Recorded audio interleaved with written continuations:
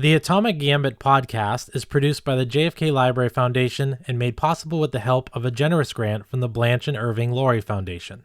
Also, in the interest of clarity, we have enhanced the quality of some of the archival audio, including secretly recorded meetings from the White House that you'll hear in this episode. Some of the audio may still be difficult to hear. We have full transcripts of each episode available on our website, jfklibrary.org/Atomic Gambit.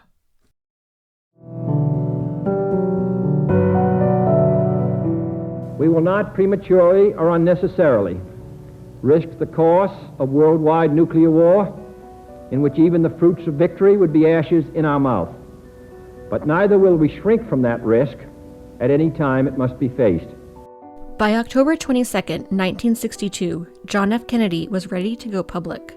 He and his advisors on the Executive Committee of the National Security Council, or EXCOM, had been debating for 6 days since learning that the Soviet Union was building nuclear missile bases in Cuba.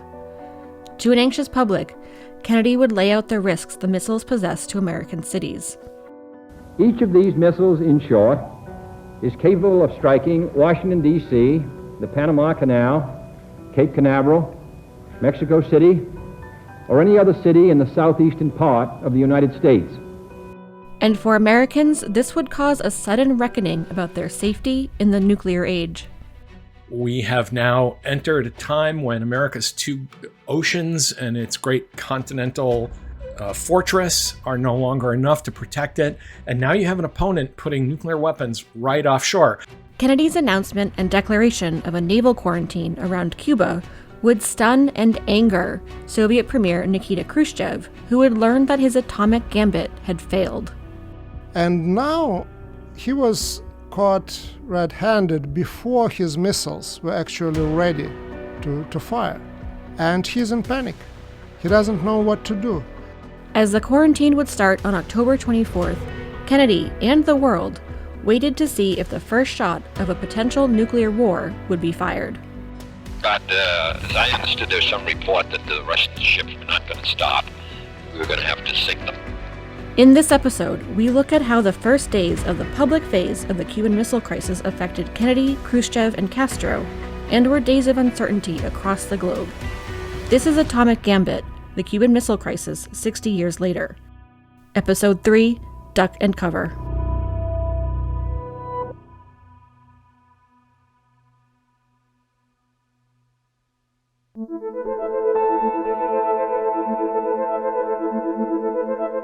It had been 6 days since President Kennedy and his advisors in EXCOM had learned of the nuclear missile bases being built in Cuba by the Soviet Union.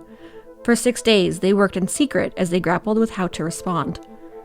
Kennedy had insisted everyone maintain their usual schedules so as not to give away what they were dealing with.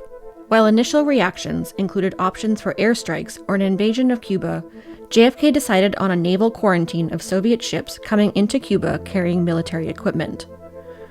Knowing that the more time JFK and his advisors kept their knowledge of the missiles a secret, the more likely it was this information would leak.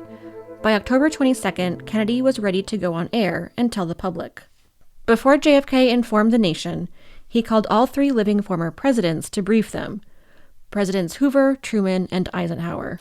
Eisenhower was then campaigning for Republicans in the upcoming midterms, criticizing Kennedy's foreign policy, including his stance on communism. Kennedy knew it was important to keep his predecessor in the loop. Tom Nichols, professor at the Naval War College and columnist, notes that this call marks a high point in the presidential system. Kennedy has the humility and the wisdom to call his predecessor, who is a professional military officer and not of his party, and a man who did not want to see him win the office, and whose vice president he defeated 18 months earlier. That's a really important part of the American story, and I think it spoke well both of Kennedy and Eisenhower in that discussion.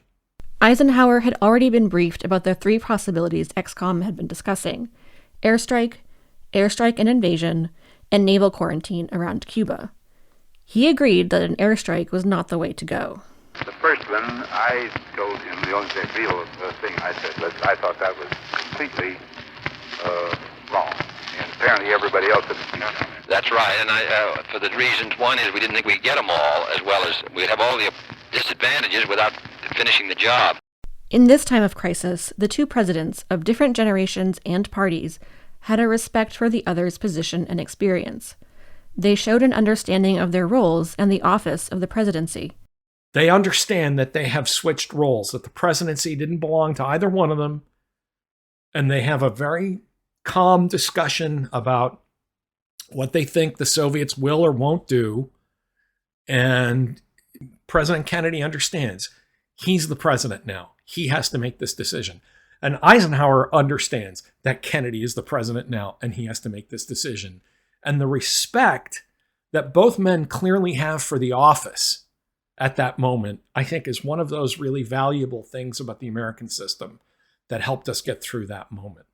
They are not competitors for power anymore. In addition to briefing past U.S. presidents, Kennedy informed his NATO allies in Europe, President Charles de Gaulle in France, and Prime Minister Harold Macmillan in the United Kingdom. Europe had been living under the shadow of the Soviet Union's nuclear weapons, and so the missiles in Cuba weren't seen with the same urgency to them as they were to the U.S. Harold Macmillan wrote to Kennedy saying that, quote, "Many of us in Europe have lived so long in close proximity to the enemy nuclear weapons that we have got accustomed to it," end quote. Sir Max Hastings, author of the 2022 book The Abyss, The Cuban Missile Crisis, 1962, explains the British Prime Minister's reaction to his American counterpart. That in Europe, all sorts of people, including Prime Minister Harold Macmillan, Britain's leader, were saying to Kennedy, well, be careful, hang on a minute, that we've had Russian missiles not much further from us than Cuban missiles are from you for years, and we've learnt to live with it. And logically, there's no reason why the Cubans shouldn't be allowed to have nuclear missiles. Nonetheless, Macmillan gave JFK his support. President Kennedy sent the British Prime Minister updates nearly every day of the crisis. There is still one more world leader JFK needed to inform before he spoke to the American people: Soviet Premier Nikita Khrushchev. Secretary of State Dean Rusk gave Soviet Ambassador Anatoly Dobrynin the text of JFK's speech to send to Khrushchev. Kennedy had also included a cover letter with a personal message to the man who placed nuclear missiles in Cuba, reading in part, "I have not assumed that you or any other sane man would, in this nuclear age, deliberately plunge the world into war, which it is crystal clear no country could win, and which could only result in catastrophic consequences to the whole world, including the aggressor," end quote. A call went out to bipartisan congressional leaders to return to Washington for a briefing with the president. 20 senators and representatives flew into D.C., interrupting their campaigns for the midterm elections, set for November 6th. JFK, Secretary of Defense Robert McNamara, Secretary Rusk, and CIA Director John McCone broke the news to the group of legislators. They informed them about the number of missiles and launchers that intelligence had discovered. A total of 36 launchers at 9 separate bases. Missiles in these categories are capable of delivering warheads in the megaton range. Frederick Logevall, Pulitzer Prize-winning historian and JFK biographer, explains how the group took in the news. It's clear that the congressional leaders know that they are there to be informed rather than consulted. So for much of the briefing on the 22nd, they're pretty quiet. But you then see both Richard Russell, Georgia, Armed Services, William Fulbright, Arkansas, Foreign Relations, two giants in the Senate, basically making pretty clear that they want aggressive action, that they're skeptical about a kind of political solution to this. Senator Richard Russell, a Southern Democrat representing Georgia, echoed the sentiments of ExComm from a few days ago. He argued that this was the time to invade Cuba and get rid of Castro once and for all, rather than waiting and seeing. Seems to me it's crossroads. We're either West power or we're not. You could warn these people. Time in the game. ExComm had already spent days deliberating if an invasion was feasible and had considered military action. JFK explained that it would take time to be able to gather the forces needed for an invasion, but it wasn't off the table yet. So, we may have the war by the next 24 hours. All I want to say is that we are going to move with maximum speed all of our forces to be in a position to invade Cuba within the 7-day period. If an invasion of Cuba happened, he expected the Soviets to take Berlin as retaliation. And in that case, the U.S. would have to respond. In an earlier meeting, JFK laid out what that would be. There's bound to be a reprisal from the Soviet Union. There always is. They're just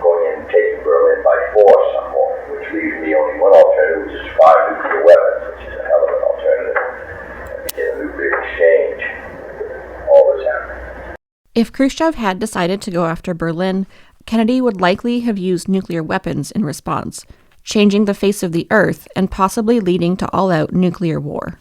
As members of ExComm carefully drafted JFK's speech the weekend before, they were worried about leaks. In the congressional briefing, McNamara noted that there hadn't been much speculation in the press on what was going on. Though the specific details of the crisis hadn't leaked, there was certainly a lot of speculation in the press, particularly in areas near DC and military bases, where there had been more activity than usual. Alice L. George, author of Awaiting Armageddon: How Americans Face the Cuban Missile Crisis, describes the speculation happening in the press at this time. The press did not immediately pick up on it, but by the day before Kennedy's speech, there were quite a few newspapers, and not just big ones, like the Virginia Pilot was one of the ones that newspapers that were around military bases started noticing. The reporters started noticing the troop movements, which were very clearly going to the southeast. Though most journalists didn't know the specifics of the crisis, it was obvious by the increased activity around the White House that something was happening. On the day of this speech, the headline of the Boston Globe read, "Capitol Secrecy Hints New Crisis." Journalists who covered Washington and the White House were under pressure from their papers to find out what was going on. They tried to get intel from their sources to get a hint about what was behind all the secrecy. 40 years after the crisis, in 2002, Robert Pierpoint, who covered the White House for CBS News, recalled what it was like on the cusp of the public phase of the crisis. Boy, our bosses got after us very strongly to find out what was going on. I got a call during that period from a guy who was in intelligence, whom I had known for many years. I said, "What can you tell me?" And he said, "Well, you've got to keep your eye on the hole in the donut." That's the way intelligence people talk, I guess. But I said, "What does that mean? Is it Cuba or is it Berlin?" He would not go another inch further, and I came away with the misinterpretation that it was probably Berlin rather than Cuba.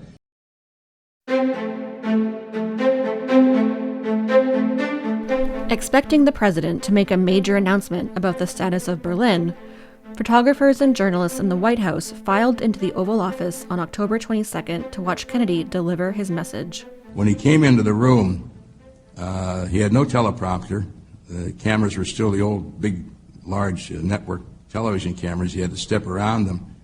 And he had a sheaf of papers because he had no speech on a prompter, so he was going to read from paper. And I did notice the papers were trembling in his hands, which worried me a little bit. I was fairly new to the White House, maybe a year or so into covering the White House. But once he started to talk, it seemed to me that ice water rolled through his veins. President Kennedy sat behind his desk in the Oval Office, normally full of personal effects, telephones, and papers, now cleared empty for his speech. At 7 p.m., he spoke to the American people, informing them of the missiles placed in Cuba. The characteristic of these new missile sites indicate two distinct types of installations.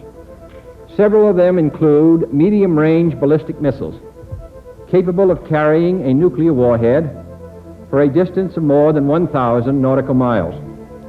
Each of these missiles, in short, is capable of striking Washington, D.C., the Panama Canal, Cape Canaveral, Mexico City, or any other city in the southeastern part of the United States. In a speech just over 17 minutes long, JFK presented his case to the American people, and in fact the world. He stressed that the Soviets lied to him about their activity in Cuba and justified the U.S.'s response of a quarantine. He also laid out 7 initial steps to be taken, including the naval quarantine, increased surveillance of Cuba, and a demand that Khrushchev stop his military buildup in Cuba and instead join JFK to cease the arms race. With no idea how this crisis would unfold or how long it would even last, President Kennedy laid out what the future might hold, including the potential for lives to be lost. No one can foresee precisely what course it will take, or what costs or casualties will be incurred. Many months of sacrifice and self-discipline lie ahead, months in which both our patience and our will will be tested. Having just expressed his concern for the possibility of nuclear war, he ended his speech on a hopeful note, hopeful for a path toward peace rather than the escalation into an unwinnable and devastating war. Our goal is not the victory of might, but the vindication of right. Not peace at the expense of freedom, but both peace and freedom here in this hemisphere, and we hope around the world. God willing, that goal will be achieved. And with those words, the nuclear missiles in Cuba were no longer a secret. The public phase of the Cuban Missile Crisis had begun. After a short break, we'll look at the response to Kennedy's own Gambit and how the United States would wait for a showdown at the quarantine line.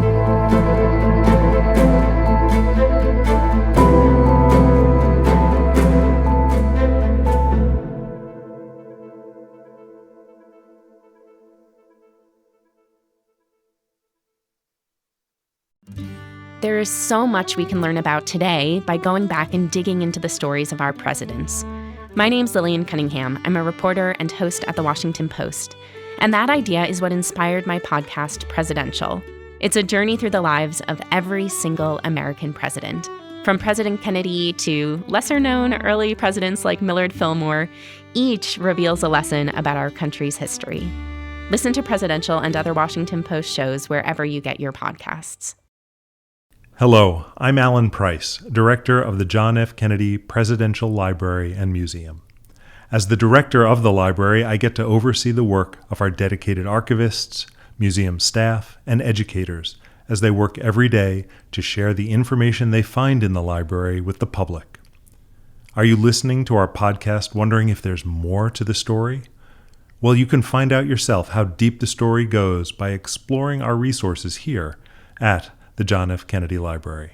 If you want to learn more about what you've heard today, we have links to the JFK Library's archives, including photos, films, and primary source documents. We also have oral history interviews from some of the key members of the team advising President Kennedy during and after the Cuban Missile Crisis.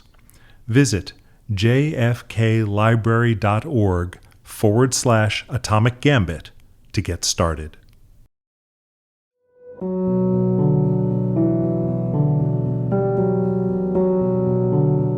The reaction to President Kennedy's revelation was immediate and global. European allies had been living next to Soviet missiles for some time now, so the missiles themselves weren't a concern for them.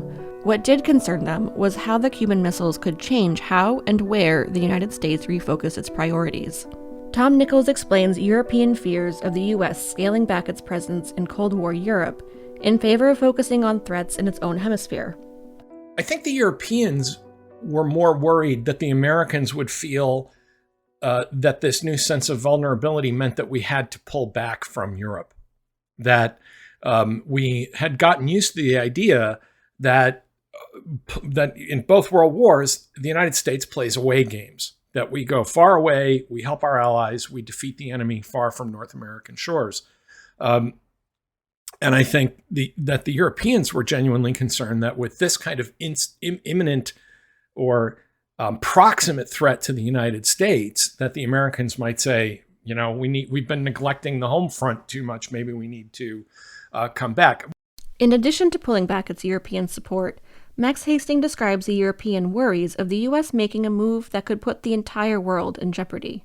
This insistence that the missiles have got to go from Cuba, that privately, that an awful lot of politicians in Europe were very uneasy about this. They were as scared of an American miscalculation as of a Soviet one.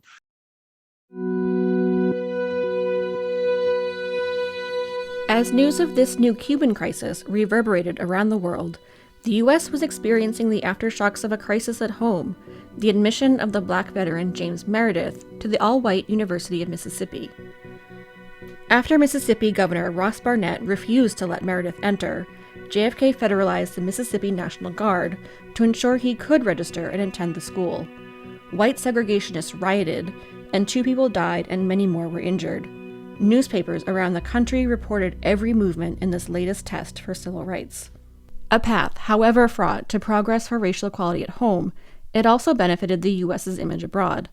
newly independent African nations were paying attention to news on civil rights in the United States. And as Mary Dujac, civil rights historian and foreign policy expert at Emory Law School, says, the Kennedy government thought James Meredith's entry into the University of Mississippi helped them in the Cuban Missile Crisis. Kennedy administration officials thought that it really had a palpable impact on U.S. foreign relations with some other countries. And just sort of skipping ahead, Arthur Schlesinger thought that it actually helped with specific foreign relations needs. For example, when the Soviet Union needed refueling rights in African countries in order to send planes to Cuba, the governments of Algeria and Guinea denied them the ability to do that.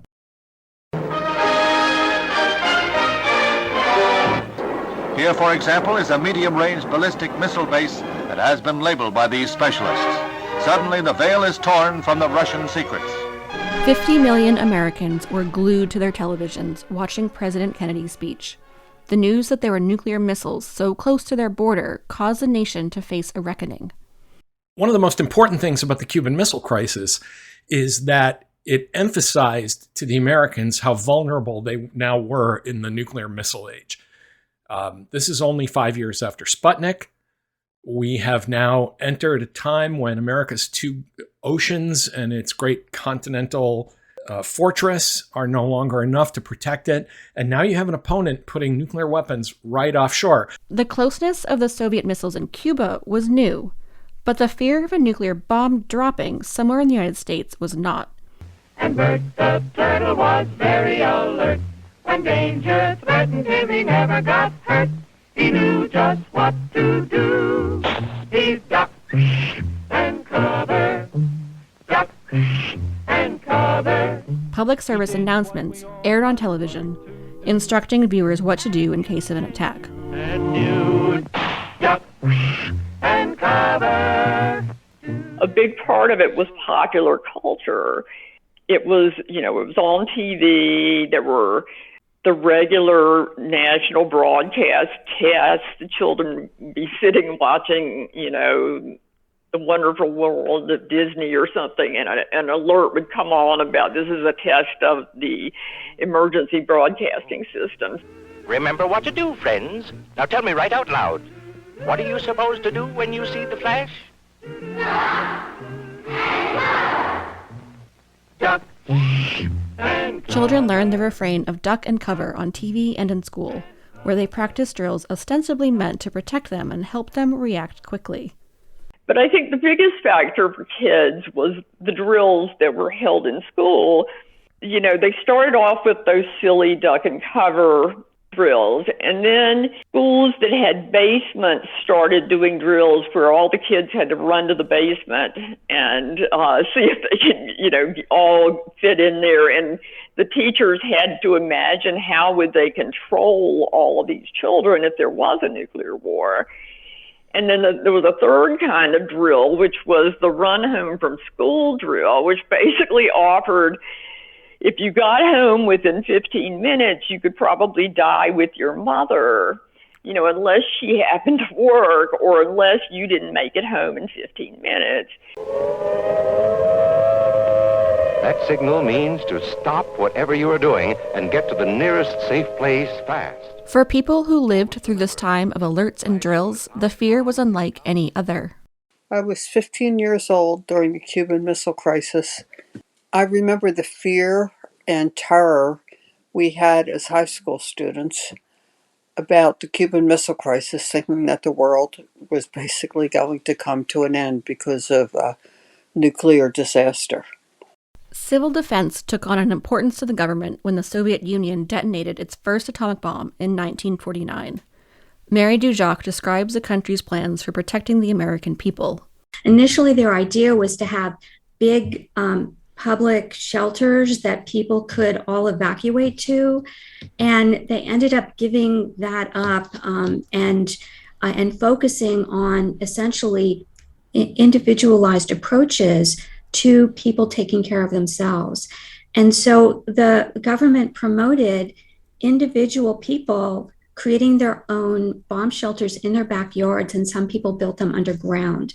The promotional material on building shelters reflected the prevailing image the U.S. had of its citizens, the all-white nuclear family. There was an article published actually in the Negro Digest in 1963 as people are sort of getting more aware of the dangers of nuclear war. And the article was, can Negroes survive a nuclear war? And the answer was basically no, because the whole plan was people should evacuate cities. The assumption was that cities would be the prime targets for a nuclear attack, and that meant many Black communities were at the highest risk. Redlining, racial covenants, in addition to segregation, restricted where Black people could buy or rent property, which led to denser populations of African Americans in cities. African Americans lived often in the city centers, often because of segregation in concentrated areas. They didn't have the means to build bomb shelters underground. They didn't often have access to sort of transportation for everyone to sort of get out of town. Even outside of cities, the number of fallout shelters was not sufficient to protect most people.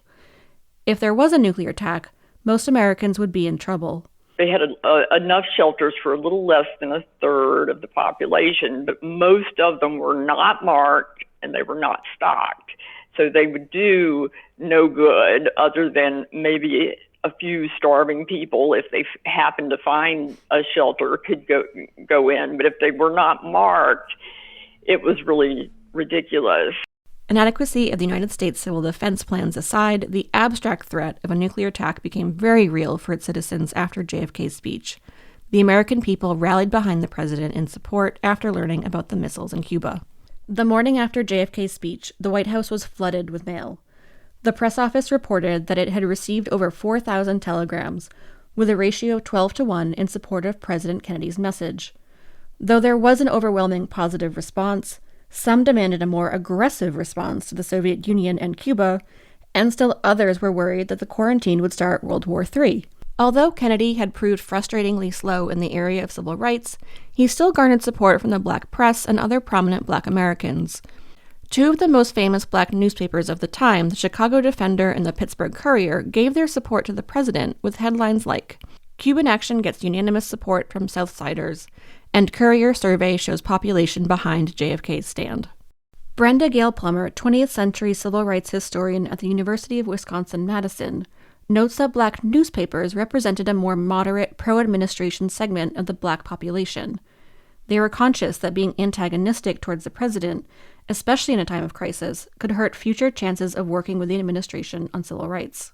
The other is that the publishers of those papers were not radicals, as far as issues beyond, racial concerns. And so most of the press essentially took the position that the Soviets were wrong and they were pro-administration. Most of the African-American newspapers were pro-administration. When it became clear that there was going to be pressure with some positive results on administration policy. Dr. Martin Luther King Jr., one of the most prominent civil rights leaders of the era, had been critical of JFK's slowness in making good on campaign promises to help Black Americans. He had also condemned President Kennedy after the Bay of Pigs invasion. But in an address in Harlem, Dr. King asked for prayers for the president and expressed the need for, quote, broad understanding and a faith in the future so that the dream of peace may become a lasting reality. So in spite of the dissatisfaction with the Kennedy administration over the state of civil rights, there was nevertheless widespread support. And the message across all segments of the American population was clear. The American people were in absolutely no doubt whatsoever, and nor was anybody in the White House, that it was completely unacceptable to American public opinion to have Soviet nuclear missiles in Cuba, 90 miles from America. Kennedy's Monday night speech about the missiles was broadcast in Spanish to Cuba from American radio stations. The next day, Fidel Castro went on television to denounce Kennedy's speech. He lambasted the United States and Kennedy's actions towards Cuba since their revolution. He ended by saying that the U.S. would be the ones responsible for starting a nuclear war, not the Cubans or the Soviets. But despite his anger and bluster, Castro also knew he'd been dealt a blow. The existence of the Soviet missiles was made public before they were ready, and before Khrushchev could announce the missiles' presence on their own terms.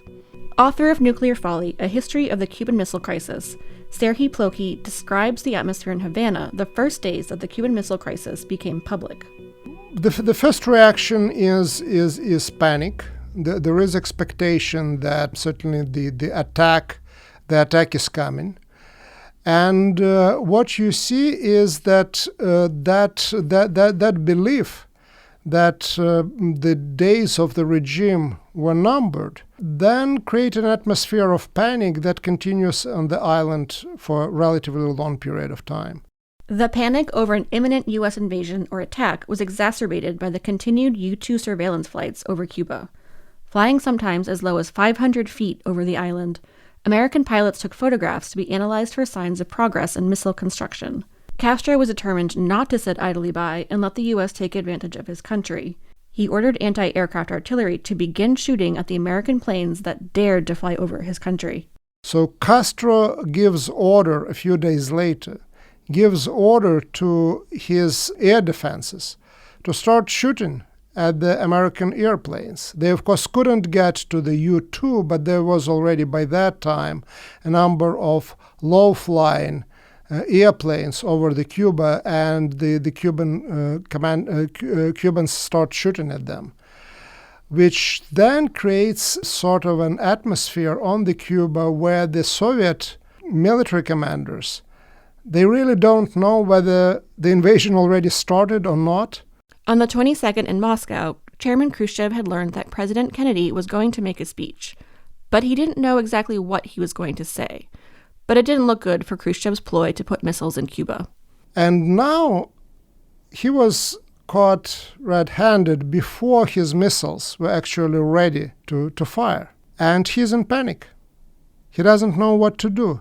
Because of the time difference between Washington, D.C. and Moscow, Khrushchev and the Presidium learned what JFK said around 3 a.m. on the 23rd. At that moment, he then fully realized that his plan to unveil the missiles in November had been ruined. But there was a silver lining. Kennedy had so far pledged only the quarantine of Cuba, and he had not yet declared an intention to invade Cuba or begin a war. Khrushchev and the Presidium realized that they had a window of time to determine how they would respond to JFK.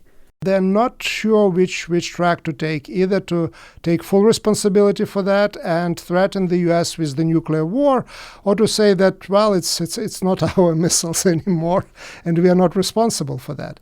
And then there is a great relief comes when they realize what Kennedy will be talking about and what he is talking about, that this is blockade, that this is not a war, this is not an invasion of Cuba, and that they still have some room for maneuver.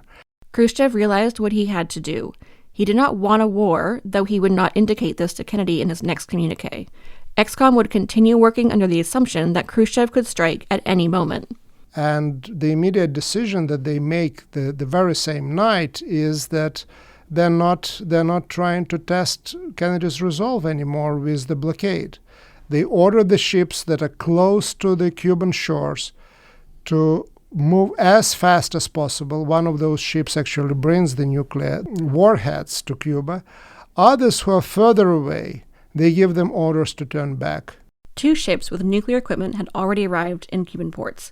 The third, the Alexandrov, had nuclear warheads and conventional warheads on board. It received orders to go forward towards its destination before the quarantine went into effect. And what that means is that the Soviets had enough time to deliver to Cuba their medium-range missiles and their tactical weapons, but they didn't have time to bring the intermediate missiles that were reaching further, deeper into the American territory. So those ships with the so-called R-14 missiles, they were turned back and returned to the Soviet Union. But JFK and ExComm didn't know that yet. Meanwhile, the United States continues to reinforce its Cuban base at Guantanamo Bay.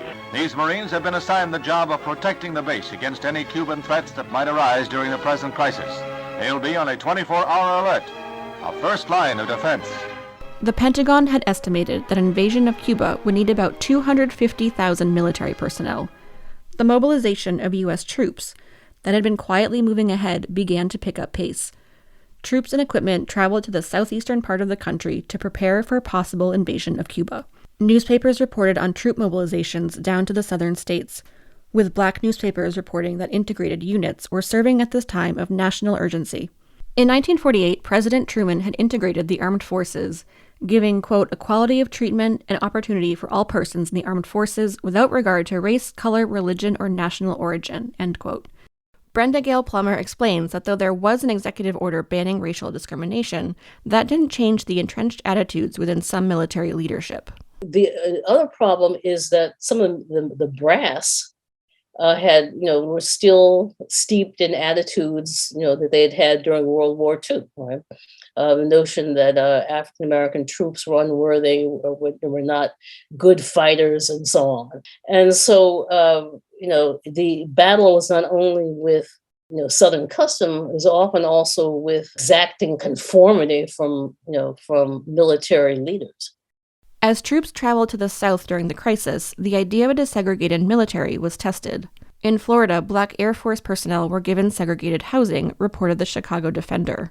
Southern states had racist Jim Crow laws on their books that both predated Truman's executive order and superseded any attempts at integration, Mary Dujock explains. The fact that there were lots of African Americans in the service, and the fact that people are serving the country when they're in the military, doesn't undo the fact that when deployed in the South, they were deployed in a context where there was not only official segregation, but segregation was often enforced by, active Klan organizations and white racists who were happy to use violence to support their ideas about white racial superiority.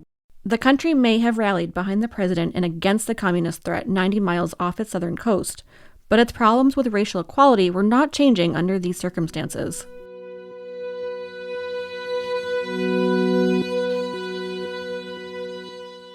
After President Kennedy announced the naval quarantine publicly, privately, he and his advisors had another logistical matter to consider.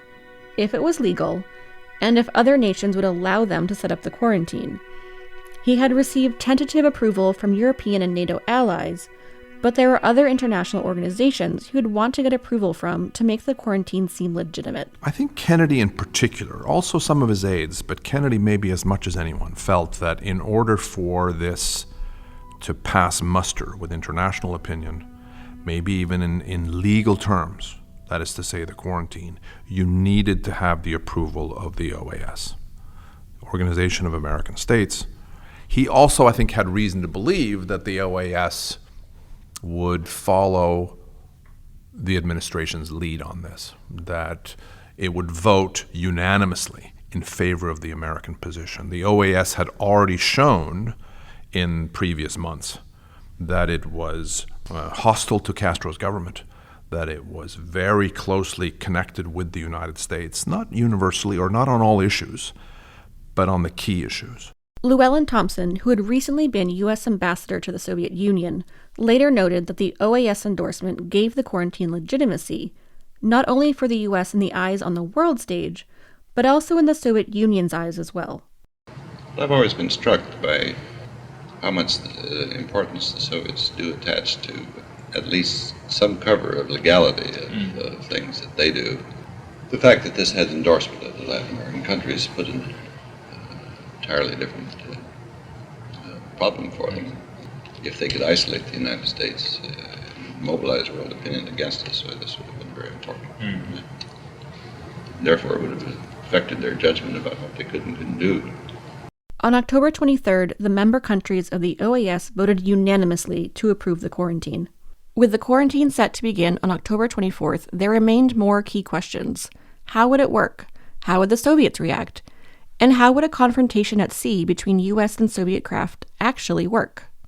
Yes, we've got instructions to sink land, which start with those steps. Shot across the bow, shot through the rudder. Shot through the rudder. Then a boarding party, and then order the crews to come on deck, and the minimum amount of force at each stage. Step by step, U.S. ships would up the ante, increasing the odds for shots to be fired. That's what's going to happen. They're going to keep going, and we're going to try to shoot this rudder off or the boiler. Then we're going to try to board it, and they're going to fire guns and machine guns, and we're going to have one hell of a time getting aboard that thing, getting control of it. Ships with military equipment on board were not the only ones headed to Cuba from the Soviet Union. Petroleum and oil, as well as other supplies, like baby food, would be cargo on its way into the Caribbean. In a moment of gallows humor, Robert McNamara and National Security Advisor McGeorge Bundy imagined a scenario that would undercut the U.S.'s use of the quarantine by targeting a ship full of nurses and baby formula. The instruction from Khrushchev is very likely to be, don't stop under any circumstances. And so the baby food ship comes up, and we hail it, and it doesn't get out, we shoot it. XCOM did not want to force a confrontation with every Soviet ship that came to the quarantine line. But JFK knew that if that part of his strategy got out, hardliners in the U.S. would accuse him of being soft on the Soviet Union. And to avoid that, he had a plan, one that made it impossible for civilians to know what was going on at the quarantine line. The administration made a couple of decisions that made it harder for journalists, but I think what happened, and I guess Kennedy sort of foresaw this, was that the quarantine line was more sort of a porous perimeter than it was a hard line of defense. The U.S. threw up a steel fence, prepared to stop any vessel carrying materials of war. Just 24 hours after addressing the nation about the new crisis in Cuba, President Kennedy signed the quarantine order. The naval quarantine would go into effect on October 24th at 10 a.m. Eastern Time. So far, all word out of the Soviet Union was that the Soviet ships would not stop. The CIA had received unofficial reports from Soviet officials that they would keep going. Plus, Khrushchev had already written to Kennedy that he couldn't agree to the quarantine. First Lady Jacqueline Kennedy had been in Virginia when the president asked her to come back to the White House at the start of the crisis. In her 1964 oral history interview, she remembered the anxiety she felt while waiting for the first Soviet ships to reach the quarantine line. And then I remember just waiting with that blockade. The only thing I can think of what it was like an election night waiting, but much worse. Kennedy and his advisors operated under the assumption that the ships would not stop, forcing American ships to fire on Soviet ships at the quarantine line, and possibly starting a war. But as I understood, there's some report that the Russian ships were not going to stop.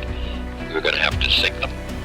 The White House and the country held its breath waiting for the first confrontation.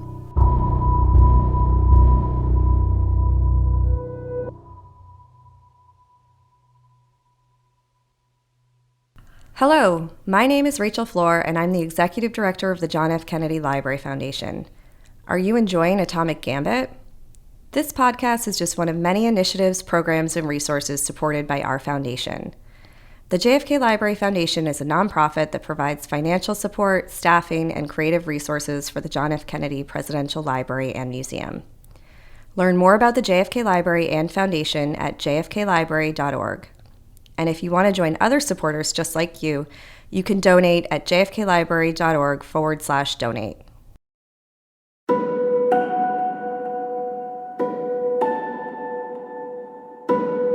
In 1986, Dean Rusk, Kennedy's Secretary of State, reflected on how he felt the day after JFK's speech. I remember waking up the next morning and saying to myself, well, I'm still here. This is very interesting. Because that meant that Mr. Khrushchev's immediate response had not been to launch nuclear missiles. Taking wins where they could get them, the first bit of good news came the morning after JFK's speech. The Soviet Union hadn't launched nuclear weapons at the U.S., and they were all still alive. Kennedy continued to meet with XCOM multiple times a day. They tracked the progress of the construction on missile sites, planned for upcoming surveillance flights, and debated next steps. The day the quarantine went into effect, CIA Director John McCone got word that 6 ships carrying missiles and other equipment had turned back and were returning to the Soviet Union. Mr. President, I have a note just handed me, just received information through ONI that all 6 Soviet ships currently identified in Cuban waters, I don't know what that means, have either stopped or reversed course. The Soviet ships stopped or turned back from the quarantine line. Intelligence wasn't sure which it was, but either way it was a positive sign and gave everyone some breathing room at this point in the crisis. Not sure where the Soviet ships were exactly, JFK canceled a U.S. interception of Soviet ships planned for that morning. If the Soviets were near the quarantine line and confronted by a U.S. ship, who knew if or how that situation could escalate? With the crisis now public, it could be discussed and debated outside of the White House's top-secret meetings. In New York, the United Nations convened an emergency meeting of the Security Council, where ambassadors from the 3 countries involved spoke out about the missiles.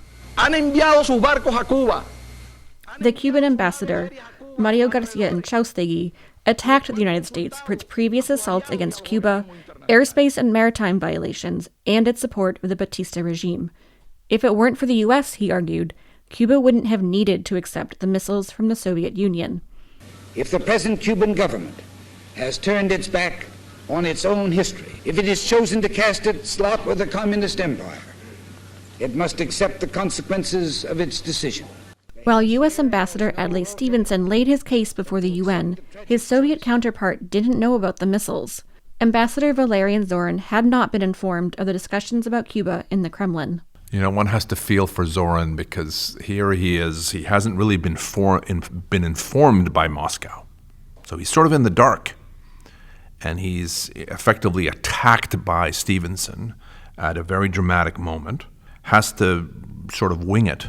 Has to figure out what he's going to say on the spot. He denies that the missiles are there because he actually doesn't know. And then he basically refuses to answer any questions. At a second emergency meeting, Stevenson confronted Zorin directly, bringing out the intelligence photos of missile construction in Cuba. In a heated moment, Stevenson showed his frustration with Zorin. All right, sir. Let me ask you one simple question.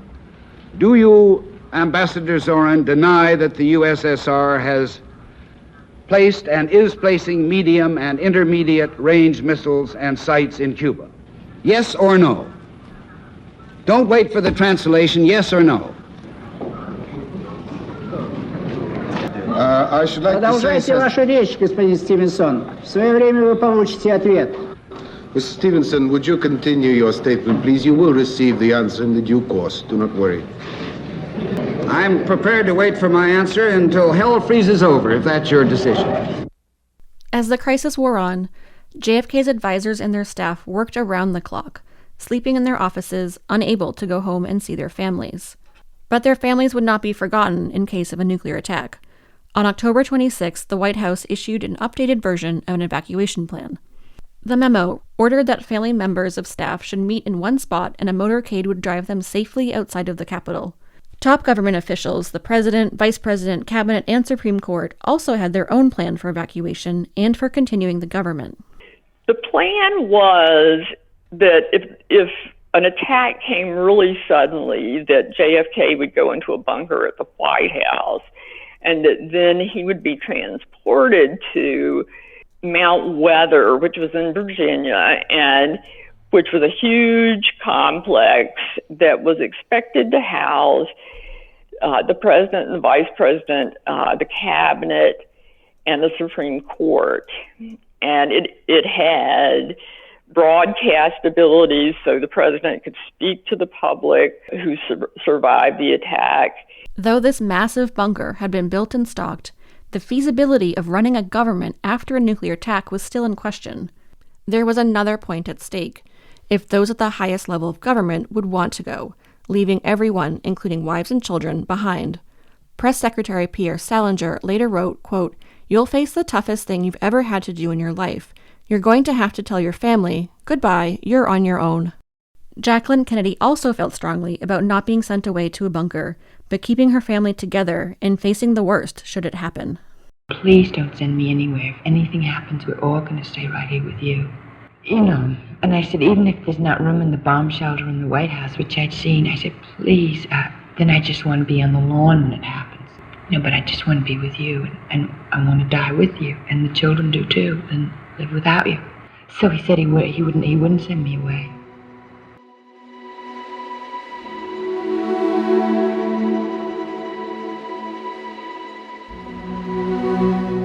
By October 26, Kennedy and Khrushchev had exchanged 5 letters, neither side giving an inch in its position on the crisis.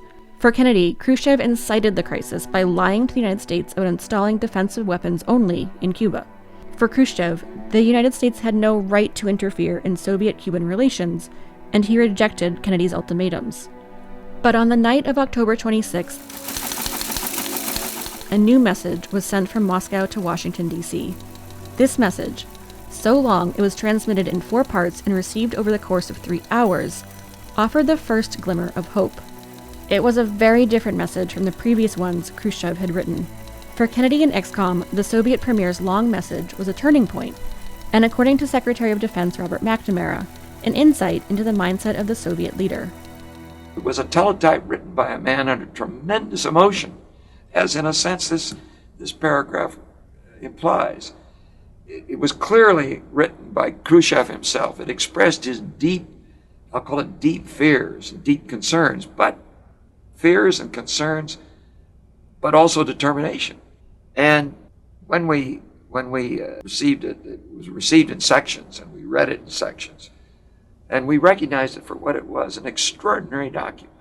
A notable excerpt of this letter is where Khrushchev alludes to the knot of war. If, however, you have not lost your self-control and sensibly conceive what this might lead to, then, Mr. President, we and you ought not now to pull on the ends of the rope in which you have tied the knot of war, because the more the two of us pull, the tighter the knot will be tied. And a moment may come when that knot will be tied so tight that even he who tied it will not have the strength to untie it, and then it will be necessary to cut that knot. And what this would mean is not for me to explain to you, because you yourself understood perfectly of what terrible forces our countries dispose. This message expressed Khrushchev's fear of a nuclear war and cracked the door open for negotiations with the United States. Khrushchev had sent a message saying that if guarantees were provided by the United States about not attacking Cuba, that there might be some basis for a settlement. This was an entirely new message. For days, the Kremlin had stated that the Soviet Union was not going to abide by the United States' demands, and that the U.S. was in no position to make demands of either the Soviet Union or Cuba in the first place. Historian Serhiy Plokhy explains what caused the sudden change. Khrushchev is very erratic generally in his behavior, and his wife at some point commented that he was either all up or all down.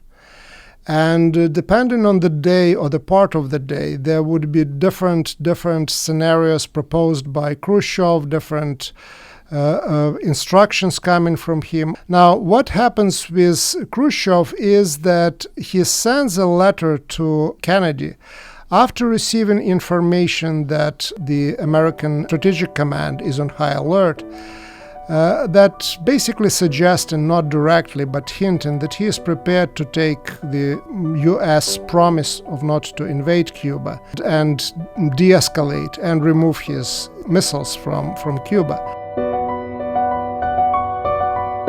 Khrushchev had received intel that the U.S. was at DEFCON 2, one step below war, and there were rumors of an imminent invasion of Cuba.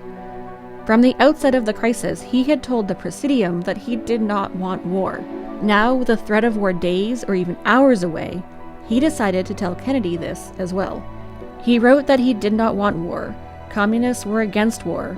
But, quote, if indeed war should break out, then it would not be in our power to stop it, for such is the logic of war, end quote. With this new message in hand, ExComm advisors ended the 10th day of the crisis with a sense of hope. They would be ready to start the next day, Saturday, October 27th, anew, meeting as usual at 10 a.m. to discuss how to respond to Khrushchev's latest message. In Cuba, construction had not slowed down on the missile sites. Intel reported that all 24 medium-range ballistic missile launchers appeared to be operational. All 3 ships carrying nuclear weapons for the missile sites had docked in Cuban ports. Il-28 aircraft, nuclear bombers, were being uncrated and assembled in Cuban airfields. The CIA reported that, quote, Havana remains quiet, but the prevailing atmosphere is one of slowly rising tension, end quote. Cuban military forces were on full alert. In the United States, U-2 pilots got ready to go up and fly low across Cuba to look for more signs of construction on the island. 4 Soviet Foxtrot submarines with nuclear-armed torpedoes on board, headed to Cuba to set up a base, were being hunted by U.S. destroyers as they approached Cuban waters. As events began to converge on Cuba, rumors of an American invasion swirled in the Kremlin and Havana. Now that the crisis was public, there were more actors on the stage to avert a crisis or to escalate it toward Armageddon.